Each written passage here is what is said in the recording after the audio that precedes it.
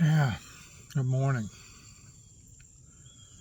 There are many now, and there will continue to be, coming out of the woodwork, those prophets who will tell you, oh, but the world is a mess. Oh, look around now. The world is a mess. As though this is some new understanding gained. As though this is some new revelation. The world is a mess now. My goodness. My goodness. And many of them,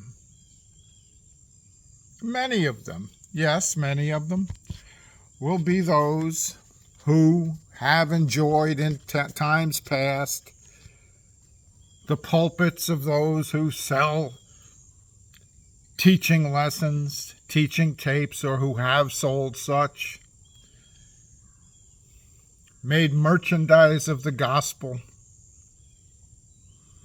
enjoyed some notoriety, some fame, some celebrity in so-called Christian circles.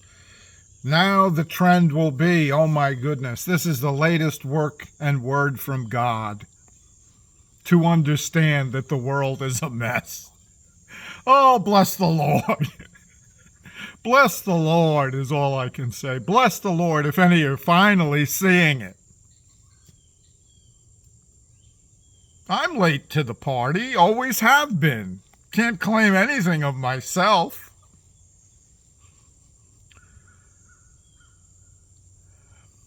But I dare not deny, by the grace of God, that there are those, and there have been those others, if not myself, then surely those others that have been declaring it clearly like a clarion call for years and years,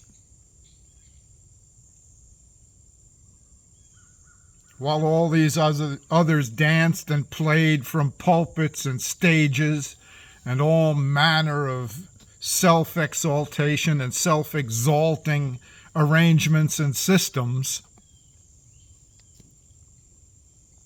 but now are coming to the understanding, oh my goodness, there's no hope for the world. The world is a mess.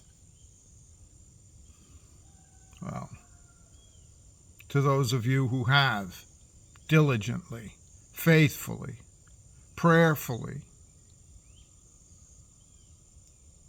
been about that clarion call,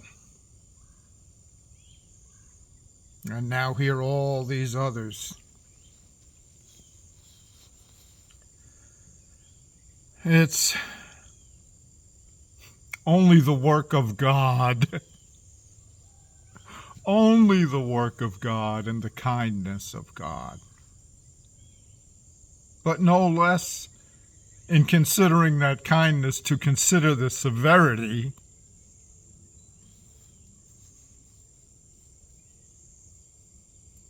in not being reluctant to identify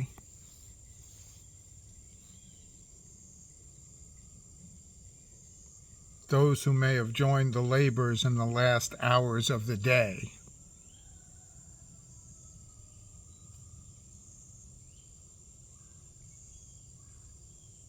That at least they were called to labor. And if it be late, so be it. Our God is kind and generous.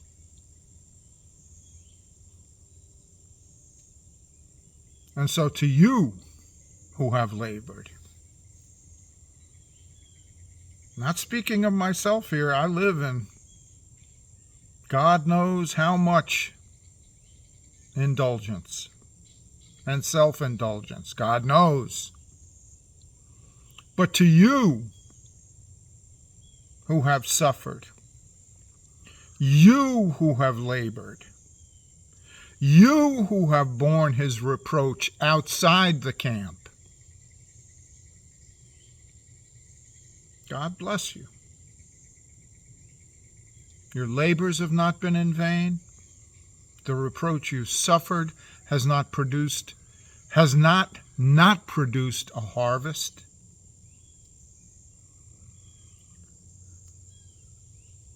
those of you who were thrown out of pulpits, thrown out of assemblies, declared the off one, the crazy one, the insane one. You who showed up like a turd in a punch bowl at their party because you understood and you saw.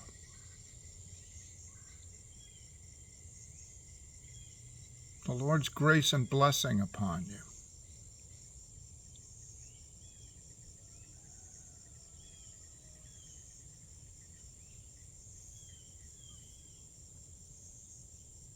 He sees you and has seen you.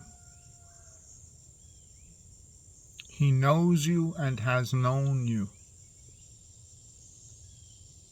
And if it be only to the end of the waking up of that which has been sleeping,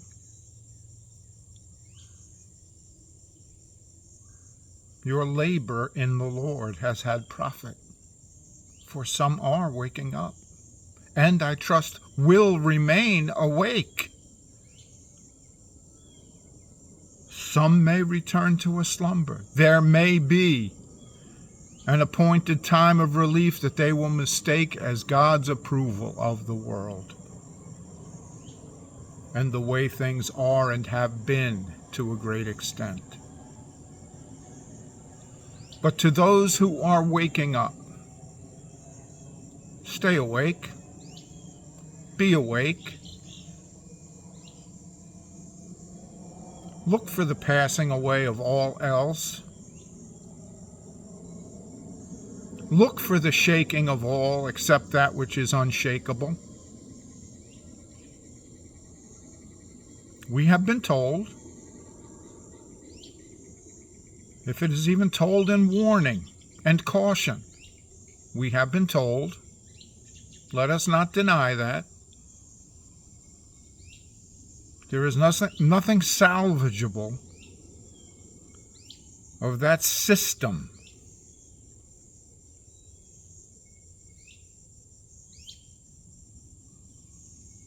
May the Lord have mercy on us all who bear his name. It is not that things are going to get tougher. The revelation of how miserable things are is coming as the Lord draws near for judgment. And again, you who have been diligent in proclaiming his coming and the shaking of all else, thank you. Thank you. You have been a comfort and an encouragement to me.